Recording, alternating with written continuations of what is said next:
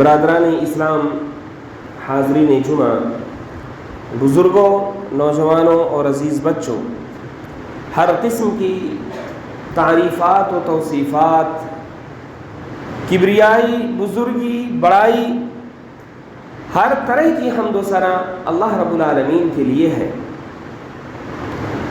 بعدہ لاکھوں اور کروڑوں درود و سلام ہوں تمام انبیاء کرام پر، خصوصاً ہمارے اور آپ کے نبی آخر الزماں احمد مجتبی محمد مصطفیٰ صلی اللہ علیہ وسلم پر۔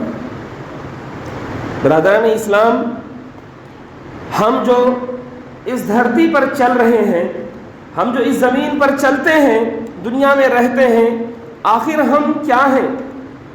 ہم دراصل دو چیزوں کا مجموعہ ہے۔ ایک ہمارا جسم ہوتا ہے، اور دوسری اس جسم کے اندر رہنے والی، بسنے والی، تیرنے والی وہ روح ہوتی ہے، جس کی وجہ سے ہمارا جسم زندہ ہوتا ہے۔ یہ روح کیا ہے؟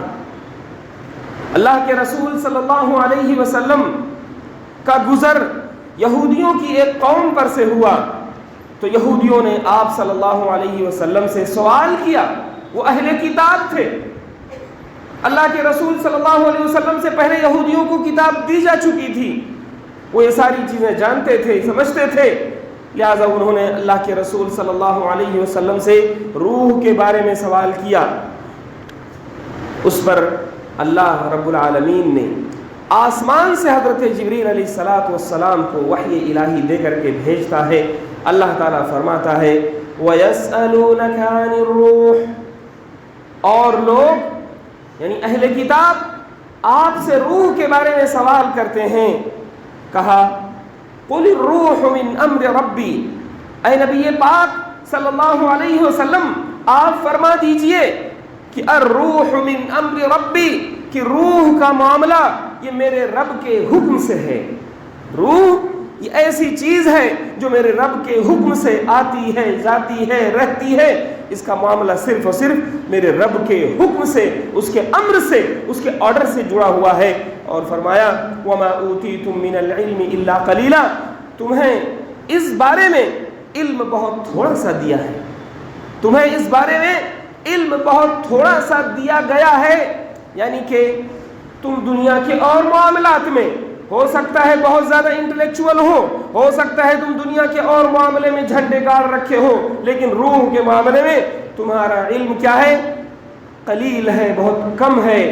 تو میرے بھائیوں، بزرگوں، عزیزوں، یہ روح کا مسئلہ اتنا اہم ہے کہ جس کے بارے میں اللہ رب العالمین خود فرما رہا ہے کہ روح کا معاملہ ایسا ہے کہ اس کے بارے میں تمہیں بہت زیادہ نالج، بہت زیادہ جانکاری نہیں ہے۔ اتنا صرف سمجھ لو کہ من امر ربی، الروح من امر ربی، کہ روح کا معاملہ صرف اور صرف میرے رب کے حکم سے چلتا ہے۔ اب ایسی صورت میں جب ہم دیکھتے ہیں کہ یہ جو روح ہے یہ کیا ہے، تو یہ روح ایک جسم لطیف ہے، ایک جسم لطیف ہے، ایک باریک جسم ہے، ایک ہلکا جسم ہے جو ہمیں ہماری آنکھوں سے نظر تو نہیں آتا، لیکن اس کا احساس ہر انسان کو ہوتا ہے۔ بلکہ اگر یہ روح کسی انسان کی جسم میں نہ ہو تو اس جسم کے اندر سے احساس کی صلاحیت ختم ہو جائے، اس جسم کے اندر سے جان ختم ہو جائے، تو یہ روح اتنی اہم چیز ہے۔ یہ روح اس جسم کو چلاتی ہے، اور جب یہ جسم سے ملتی ہے، ایک جسم ہے، جب اس جسم سے ایک روح ملتی ہے تو اس جسم کے اندر جان پیدا ہوتی ہے، اس جسم کے اندر جان پیدا ہو جاتی ہے، زندگی نمودار ہو جاتی ہے۔ اور جب یہی روح کسی جسم سے نکل جائے تو وہ جسم کیا ہو جاتا ہے؟ وہ جسم ایک کھنڈر بن جاتا ہے۔ بلکہ کھنڈر سے بھی برا حال ہوتا ہے کہ جب یہی جسم، جب اس جسم کے اندر سے روح نکلتی ہے تو اس کا اتنا برا حال ہوتا ہے میرے بھائیوں۔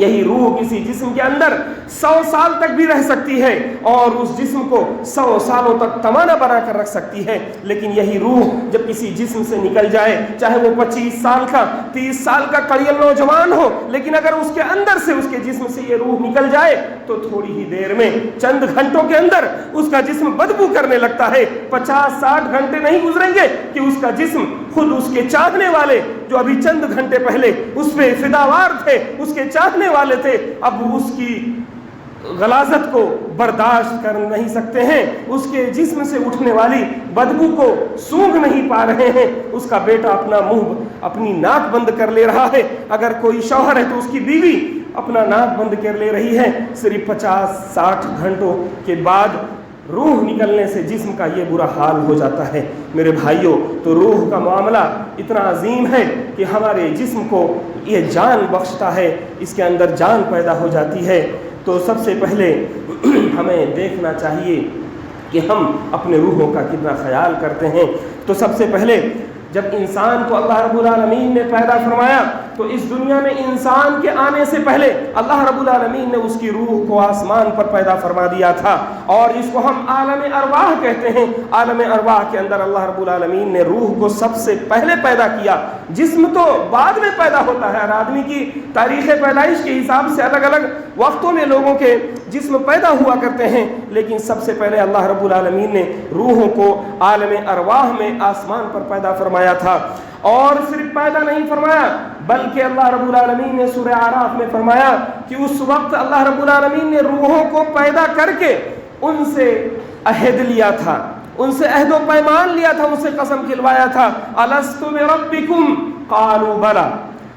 اللہ رب العالمین نے تمام روحوں کو اکٹھا کر کے پوچھا تھا کہ کیا میں تمہارا رب نہیں ہوں؟ تمام روحوں نے اس وقت جواب دیا تھا کہ کیوں نہیں۔ تمام روحوں نے اللہ رب العالمین کی ربوبیت کا اقرار کر لیا تھا۔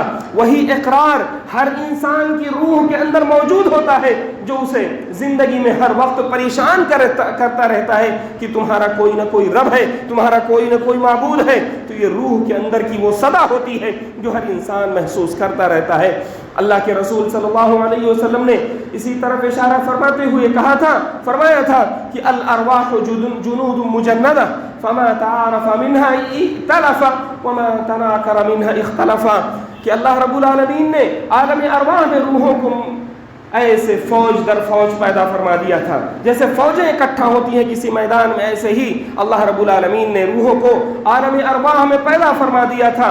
فما تعارف منها ائتلف، تو وہ روحیں جو آپس میں ایک دوسرے سے پہچان کر لیا تھا، جن روحوں نے آسمان میں عالم ارواح میں آپس میں ایک دوسرے کو پہچان گئی تھیں، دنیا میں آنے کے بعد وہ روحیں آپس میں ایک دوسرے سے مانوس ہو جاتی ہیں۔ اور وہ روحیں جو آسمان میں عالم ارواح میں ایک دوسرے سے وحشت اور بیزاری کا اظہار کر رہی تھیں، اور وہی روحیں زمین پر آنے کے بعد بھی آپس میں ایک دوسرے سے وحشت و بیزاری اور اجنبیت کا اظہار کرتی رہتی ہیں۔ اسی طرح سے میرے بھائیوں، یہ روح جب انسان کے جسم میں ڈالا جاتا ہے تو وہ کون سا وقت ہوتا ہے؟ انسان کے جسم کا اس کے روح کے ساتھ جو پہلا تعلق ہوتا ہے، یہ کرنٹ جو پہلی بار لگتا ہے، وہ کون سا وقت ہوتا ہے؟ جب ایک انسان اپنی ماں کے پیٹ میں 4 مہینے کی عمر میں ہوتا ہے۔ ایک انسان اپنی ماں کے پیٹ میں جب 4 مہینے کا ہوتا ہے تو اللہ رب العالمین کے حکم سے اس بچے کے اندر، اس جنین کے اندر اللہ رب العالمین کے حکم سے روح اور جسم کا رشتہ پیدا کر دیا جاتا ہے۔ پھر یہ روح اور جسم کا رشتہ سالوں سال چلتا رہتا ہے، جب تک انسان زندہ رہتا ہے، جب تک اس کے اندر زندگی کی ہلکی سی بھی رمق باقی ہوتی ہے، تب تک یہ روح اور جسم کا رشتہ باقی رہتا ہے، پوری عمر تک وہ اس کے ساتھ رہتا ہے۔ لیکن کبھی کبھی دنیا میں ایک انسان کے اندر سے اس کی روح نکل جاتی ہے، ایک انسان کہ جسم سے تھوڑی دیر کے لیے روح نکل جاتی ہے، اور وہ وقت ہوتا ہے نیند کا وقت۔ جب ایک انسان سو جاتا ہے تو ایسی صورت میں جسم کے اندر سے روح تھوڑی دیر کے لیے نکل جاتی ہے، حالانکہ جسم سے اس کا تعلق باقی رہتا ہے، کیونکہ اسی بات کو، اسی مضمون کو قرآن پاک میں اللہ رب العالمین نے اس طرح سے ارشاد فرمایا کہ اللہ یتوفی الانفس حین موتها والتي لم تمت في منامها۔ اللہ یتوفی الانفس، اللہ رب العالمین ہے جو لوگوں کو موت دیتا ہے۔ ایک وقت کب؟ حین موتہا، ان کی موت کے وقت ان کی روحوں کو پورے طور پر قبض کر لیتا ہے۔ والتی لم تمت فی منامہا، اور وہ لوگ جن کو موت نہیں آتی ہے مگر نیند کی حالت میں ان کی روح قبض کر لیتا ہے، لیکن جسم سے ایک ہلکا سا رشتہ باقی ہوتا ہے۔ آپ دیکھیں گے کہ انسان جب رات کو سوتا ہے تو اس کی انسان کی جو روحیں ہوتی ہیں رات میں سونے کے بعد نکل کر سفر کرتی ہیں. کبھی کبھی وہ روحیں دوسروں سے ملاقات بھی کرتی ہیں اور اسی ملاقات اور اسی سفر کے عوض میں, اسی سفر کے نتیجے میں انسانوں کو مختلف قسم کے خواب نظر آتے ہیں. اور یہ وقت جو ہوتا ہے روحوں کے نکلنے کا, اس وقت آپ اللہ کے رسول صلی اللہ علیہ وسلم کی سکھائی ہوئی دعاؤں سے بھی اس کی تائید حاصل کر سکتے ہیں. آپ صلی اللہ علیہ وسلم نے فرمایا کہ جب تم بستر پر جایا کرو تو یہ دعا پڑھ لیا کرو, اللہم بسمک اموت و احیا, کہ اللہ رب العالمین میں تیرے ہی نام سے مرتا ہوں اور تیرے ہی نام سے جیتا ہوں. اور جب صبح اٹھو, صبح جب تمہیں دوسری زندگی ملے, نیند جس کو کہتے ہیں النوم اخت الموت, یہ نوم, یہ نیند جو ہے یہ موت کی بہن ہے, یا نیند کو موت اصغر کہتے ہیں, موت صغرا کہتے ہیں, یہ چھوٹی موت ہوتی ہے. تو اللہ کے رسول صلی اللہ علیہ وسلم نے فرمایا کہ جب نیند سے بیدار ہو جایا کرو تو یہ دعا پڑھ لیا کرو, الحمدللہ الذی احیانا بعدما اماتنا والیہ النشور. تمام قسم کی تعریفات اس اللہ رب العالمین کے لیے ہیں جس نے مجھے موت دینے کے بعد اب دوبارہ زندہ کر دیا ہے. تو نیند سے اٹھنے کے بعد میں دعا پڑھنی چاہیے. اسی طرح سے میرے بھائیوں, روح بھی جسم کی طرح بیمار ہوتی ہے.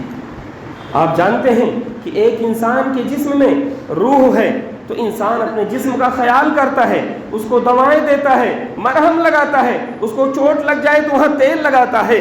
لیکن انسان کے اندر جو روح موجود ہوتی ہے اس انسان کی روح بھی مجروح ہوتی ہے, اس کو بھی زخم لگتے ہیں, وہ بھی بیمار ہوتی ہے, وہ بھی پریشان ہوتی ہے. انسان کے جسم کے اندر جو روح ہوتی ہے وہ بھی تڑپ اٹھتی ہے, وہ بھی بیزار ہوتی ہے, اس کو بھی غذا کی ضرورت ہوتی ہے. جیسے تمہارے جسموں کو مختلف قسم کی غذاؤں کی ضرورت ہوتی ہے, تمہارے جسم کو کھانا چاہیے, تمہارے جسموں کو پانی چاہیے, ایسے ہی تمہارے روحوں کو بھی غذا چاہیے. میرے بھائیوں, ہمارے اس خطبے کا سب سے اہم پڑاؤ یہ ہے کہ ہم جیسے اپنے جسم کا خیال رکھتے ہیں ویسے ہی ہم اپنے روح کا بھی خیال رکھیں. یہ ہماری روح آخر کہاں سے غذا حاصل کرتی ہے؟ تو یہ روح غذا حاصل کرتی ہے دعاؤں سے, عبادتوں سے, تلاوت قرآن سے, اسی طرح سے مختلف قسم کے ذکر و اذکار سے, علم و حکمت والی باتوں کے حصول سے اس روح کو جو ہے غذا ملتی ہے. اور یہ روح جتنے انسان نیک اعمال کرتا ہے اللہ رب العالمین کے ساتھ مراقبے میں ہوتا ہے, مناجات میں ہوتا ہے, تو جس قدر اللہ رب العالمین کے ساتھ وہ عبادت میں ہوتا ہے, مناجات میں ہوتا ہے, اس کی روح کو غذا ملتی رہتی ہے. اور یاد رکھو میرے بھائیوں کہ آج اس دنیا میں سب سے بڑا مسئلہ یہ ہے کہ لوگوں کے جسم تو تندرست ہیں, لوگوں نے جسموں کے خیال کے لیے بہت سارے انتظامات کر رکھے ہیں, لیکن لوگوں کی روحیں سڑتی رہتی ہیں, پریشان ہوتی رہتی ہیں, ان کی روحیں دکھی ہوتی رہتی ہیں. اور لوگ آج دنیا میں بھٹکتے رہتے ہیں, کوئی یورپ سے آیا ہے, کوئی امریکہ سے آیا ہے, دنیا کے مختلف علاقوں سے لوگ مختلف ملکوں کا دورہ کرتے ہیں اپنی انر پیس کے لیے, اپنی اندر کی شانتی کے لیے. آخر وہ شانتی انہیں کیوں نہیں ملتی ہے؟ میرے بھائیوں, آپ مسلمان ہیں, اللہ رب العالمین نے وحی الہی کو روح کا نام دیا ہے. وَكَذَلِكَ أَوْحَيْنَا إِلَيْكَ رُوحًا مِّنْ أَمْرِنَا, ہم نے قرآن پاک یہ جو نازل فرمایا ہے یہ بھی ایک روح ہے. اور اس روح کی غذا جب قرآن پاک سے حاصل ہوتی ہے تو دنیا میں ہم غربت کے باوجود, پریشانی کے باوجود, ہر طرح کی قسم کرسی کے باوجود خوش رہتے ہیں, کیونکہ اللہ رب العالمین نے ہمارے لیے ہماری روح کا جو غذا ہے, ہماری روح کی جو غذا ہے وہ ہمارے لیے آسانی سے فراہم کر دیا ہے. ہمارے ہاتھوں میں قرآن پاک ہے, ہمارے سامنے حدیث رسول موجود ہیں, علم و حکمت کی باتیں موجود ہیں, تو ہم آج خوشی سے رہتے ہیں. لیکن دنیا کے وہ لوگ جو مختلف قسم کی دولتوں کی ریل پیل میں رہتے ہیں, لیکن اس کے باوجود بھی ان کے اندر کی وہ شانتی, ان کے اندر روح کی جو غذا ہوتی ہے وہ انہیں نصیب نہیں ہوتی. وہ بھٹکتے رہتے ہیں, مختلف قسم کے آشرموں میں جاتے رہتے ہیں, بڑی بڑی فیس پے کر کے وہ اپنے اندر کی شانتی ڈھونڈتے رہتے ہیں. وہ شانتی, وہ روح کے غذا جو ہمارے پاس ہے, ضرورت اس بات کی ہے کہ ہم دنیا کے لوگوں کو بتائیں کہ شانتی یہاں ہے, امن یہاں ہے, سکون یہاں ہے, روح کی غذا یہاں ہے. تو ضرورت اس بات کی ہے کہ ہم اپنے جسموں کے لیے مختلف انتظامات کرتے ہیں. آج دیکھیں گلی گلی میں, چوراہے چوراہے میں بیوٹی پارلر بنے ہوئے ہیں, ہر گلی میں ایک اسپتال کھڑا ہو رہا ہے, بڑی بڑی جسموں کو درست رکھنے والی چیزیں بن رہی ہیں. ہم نے اپنے روح کی صحت کے لیے کیا انتظام کیا ہے۔ تو ضرورت اس بات کی ہے کہ ہم اپنے روح کی صحت کا خیال رکھیں، روح کی غذا کا، اس کے پینے کا صحیح انتظام کریں تاکہ ہم حقیقی معنوں میں سکون حاصل کر سکیں۔ اگر آپ کے اندر کی روح صحت میں ہے تو آپ کا جسم بھی صحت مند رہے گا اور آپ بھی خوش و خرم رہیں گے۔ اسی طرح سے میرے بھائیوں، اس انسان کا جب اس کے جسم سے اس کے روح کا تعلق کٹنے والا ہوتا ہے تو وہ موت کا وقت ہوتا ہے۔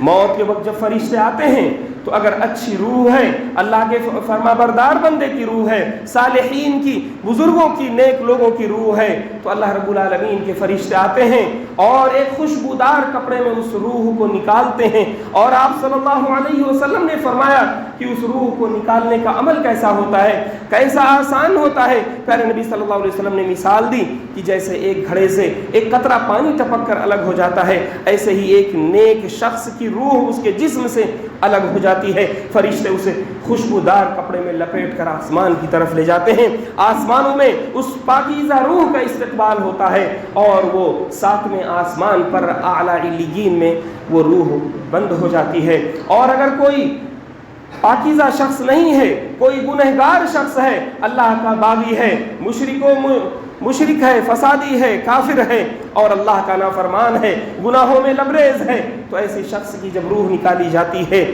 تو فرشتے اس شخص کی روح کیسے نکالتے ہیں؟ پیارے نبی صلی اللہ علیہ وسلم نے فرمایا کہ ایسے نکالتے ہیں جیسے کہ کسی اون والے کپڑے کو کانٹے دار جھاڑیوں میں بھگو کر کے ڈال دیا جائے اور پھر اس جھاڑی کے اندر سے اس اون والے کپڑے کو کھینچا جائے تو اس کا کیا حشر ہوگا۔ ایسے ہی اس آدمی کی بدروح کو نکالا جاتا ہے، آسمان کی طرف لے جاتے ہیں، آسمان کے دروازے بند نظر آتے ہیں تو ایسی روح کو سجین میں قید کر دیا جاتا ہے جو زمین کے نیچے ہوتی ہے۔ تو اعلیٰ علیین میں اچھی روحیں قید ہو جاتی ہیں اور جو بدروحیں ہوتی ہیں وہ سجین میں بند ہو جاتی ہیں۔